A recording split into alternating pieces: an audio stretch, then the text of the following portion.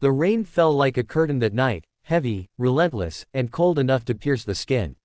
In a tiny, run-down house at the edge of town, a single father named Daniel sat beside a flickering heater, watching his 6-year-old son, Oliver, sleep under a thin blanket. The wind howled through the cracks in the window frame, and Daniel's stomach growled from hunger he had learned to ignore. He'd given Oliver the last slice of bread for dinner, convincing him that he'd already eaten. He hadn't. Daniel's hands were calloused, his clothes faded, and his spirit worn thin. Ever since his wife passed away 3 years ago, life had become a daily fight, not against others but against hopelessness itself. He worked long hours at a mechanic shop, but it was never enough.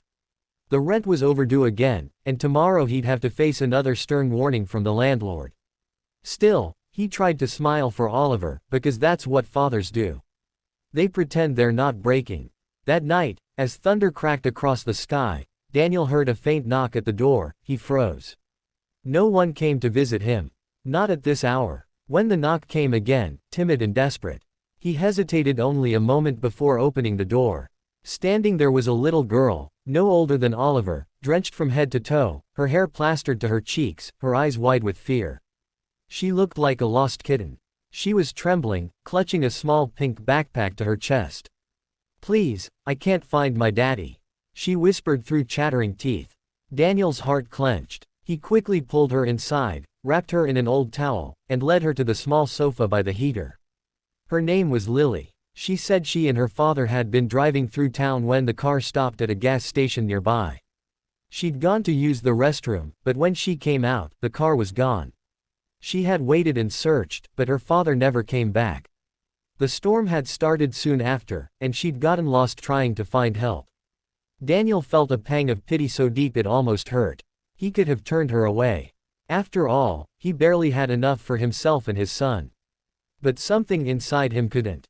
Maybe it was the way she reminded him of Oliver. Maybe it was the thought of a father somewhere, frantic and searching. So he told her she could stay the night. He gave her a dry set of Oliver's clothes, warmed up a cup of soup, and tucked her in beside his son. For the first time in a long time, his small home felt alive, like laughter and innocence had found their way back. He sat awake for hours listening to the storm outside, wondering what kind of man could lose a child and not notice until too late. If you believe in kindness, second chances, and the power of doing good even when you have little, please take a second to like, comment, share, and subscribe. Your support helps stories like this reach more hearts. By morning, the storm had passed. The sky was pale and quiet, and the smell of wet earth filled the air. Daniel made oatmeal for the kids using the last bit of oats he had left. Lily smiled shyly, thanking him. Oliver was thrilled to have a new friend and insisted on sharing his toys, even though most were secondhand and broken. Watching them play together made Daniel's chest ache, not from sadness, but from a rare, quiet joy. When Lily mentioned her father's name, Daniel didn't recognize it. She said his name was Michael Bennett and that he was important, though she didn't explain how. Daniel didn't care about who the man was. He just wanted to make sure the girl was safe. He promised he would take her to the police station as soon as the roads cleared. But as the day went on, something strange happened. Daniel received an unexpected call from his boss. The shop was closing down permanently. No warning, no severance, just gone. His only source of income had vanished in a single sentence. He sank to the floor, head in his hands, trying to breathe through the panic. He had no savings left, and the landlord would surely evict him now. Lily saw the worry on his face.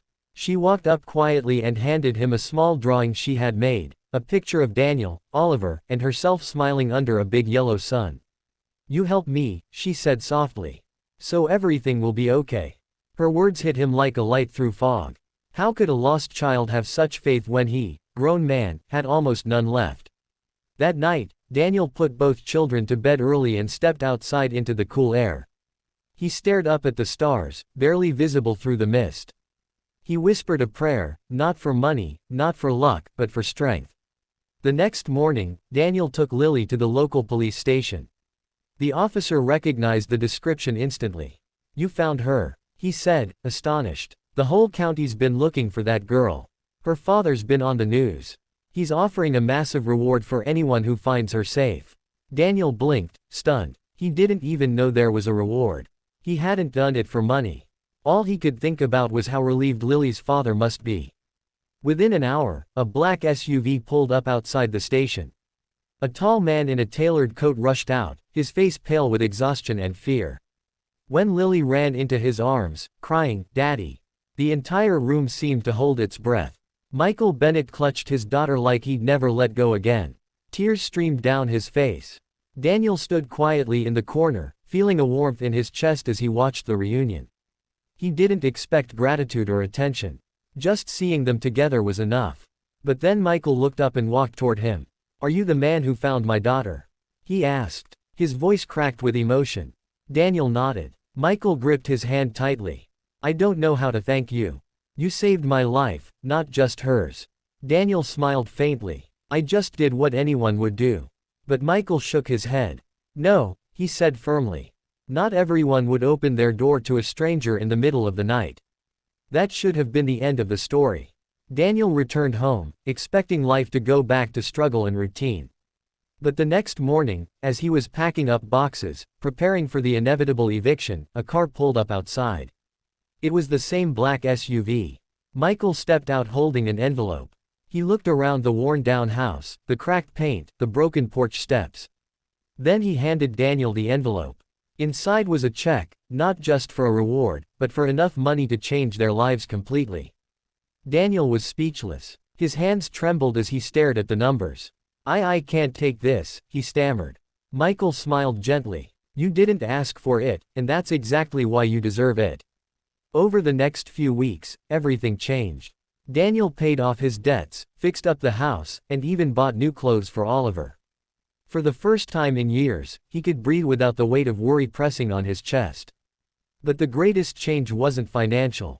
It was emotional. Michael visited often. He brought Lily along, and soon the two families became close. Lily and Oliver were inseparable, laughing and playing like siblings.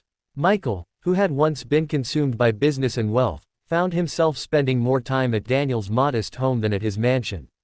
He said it made him remember what really mattered. One evening, as the sun set over the hills, Michael turned to Daniel and said, "You gave me back my daughter. The least I can do is give you a chance to start again." He offered Daniel a job managing a new auto service center he was opening with full benefits, fair pay, and stability. Daniel accepted, tears glistening in his eyes. He had gone from a struggling single dad with nothing to a man with dignity, purpose, and friends who cared. But even more beautiful than his newfound security was the lesson that rippled through both families. That kindness, even from those who have little, can create miracles no amount of money can buy. Weeks turned into months, and the seasons changed. Daniel's life slowly filled with light again. He no longer woke up dreading the day.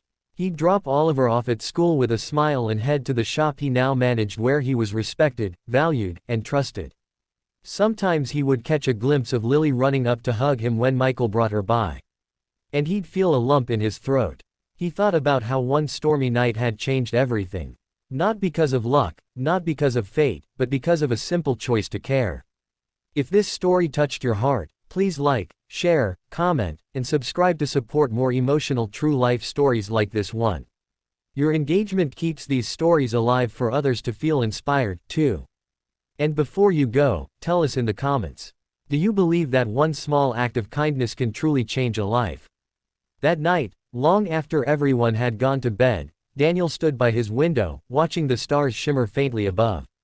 He thought about his wife, how she used to tell him that good things always find their way back to those who give without expecting. He whispered softly into the night, "You were right."